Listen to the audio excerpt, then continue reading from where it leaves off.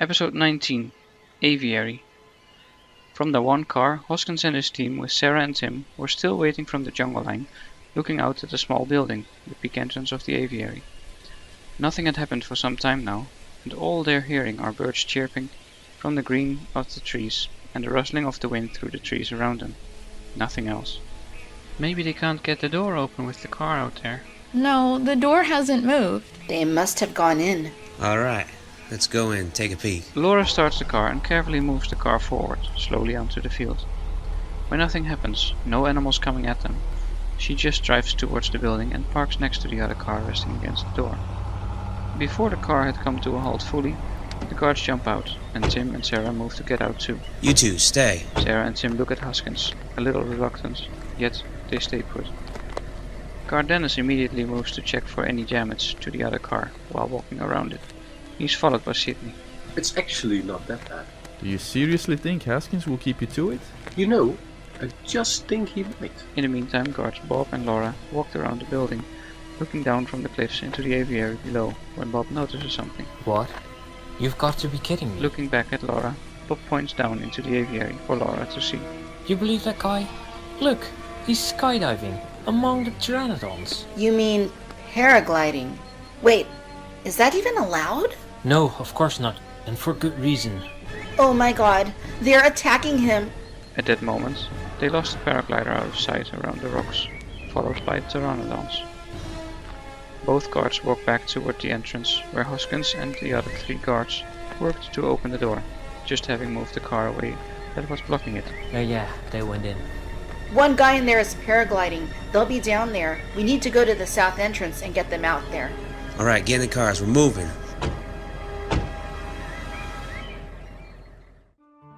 In his lab in the enclosed worker village, Henry Wu is sitting behind a laptop, looking through files and an application showing a DNA strand in one window and an image that looks similar to what he'd seen through the microscope in the other. From the animal quarters, Jerry Harding comes walking in, showing more energy than he'd had in a long time, showing excitement. Henry! Hardly aware, Henry responds without looking up from his screen, like he's lost in thought. What is it? I think you've got to come see this for yourself. Henry looks up at Jerry and gets up when he sees his excitement. Really? A big grin appeared on Gerald's face, laughing. Yes! I think you've done it! Henry follows Jerry to the animal quarters. Joe points to the cage of the young Triceratops, which previously was not eating, laying down. It's now standing and eating with an appetite. I thought you'd give the samples to the galleys. I did. And see, that one's running around in there. I had a bit left and gave it to the trike. And it worked. Henry, it worked. You genius, you've done it. Which one did you give them? I wrote it down. Let me check. Gerald walks to his desk in the room and picks up a piece of paper.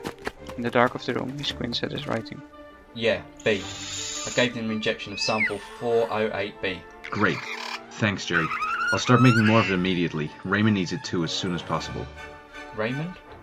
Then the door to the outside opens, and for a short moment, bright sunlight shines in, until the entrance is blocked by one of the workers from the controls room, peeking in. Hi, Dr. Harding? Dr. Wu? Both look up at the worker, leaning in the doorway. Yes? Dr. Harding, would you happen to have any way to get into contact with your daughter? Doesn't Hoskins have a communicator on him? Yes, well, that's just it. He seems to have turned it off, and they really need to get back here. We're evacuating in an hour. What? Evacuating? Why? Wait, nobody told you yet? Oh, man, yeah, the Navy is coming in, and they're gonna destroy the island. They can't do that. Call them back. Tell them to call it off. We can't reach them either. I'll come with you. Henry, you've got to continue your work. Let me try to deal with this. Dr. Wu, please try to be ready for evacuation in an hour. You have no idea. And Henry Wu walks out of the room. Gerald looks harsh at the control worker, who looks down to the ground and up at Jerry again, embarrassed. Right, let's go to control.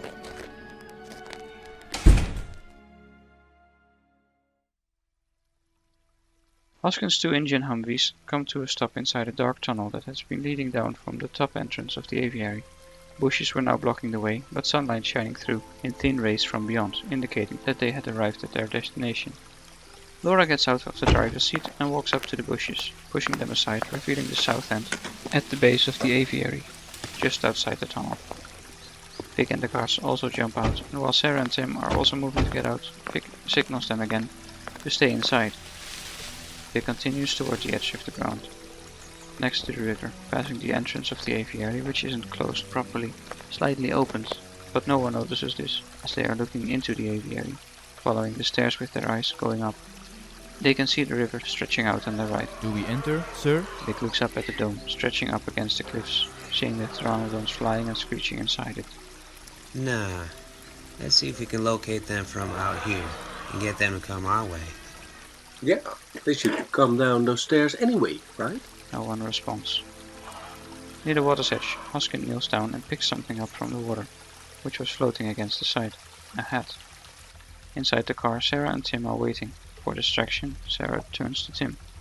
So what are you actually here doing on this island, Tim? Looking down, Tim responds, "Well, it's actually kind of embarrassing. Oh, come on, it can't be that bad.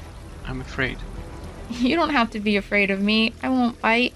No, not of you. I've been having nightmares ever since the attack. Oh, There's a moment of silence. so what made you come back here? Mr. Masrani convinced me the only way to overcome my fears was to face them. To face the dinosaurs again. And it worked, didn't it? Surprised, Tim looks up at Sarah. The way you handled those pterosaurs back there? I was scared shitless out there. But you were the one with the gun ready. Because I was scared, I couldn't help hearing things. And when I heard a twig snapping, It's what kept you sharp, and that guard alive out there. So your fear's not such a bad thing then, is it? Sarah smiles at him, and Tim is letting it sink in. His lips slowly curling up in a gentle smile, just for a bit, thinking about it.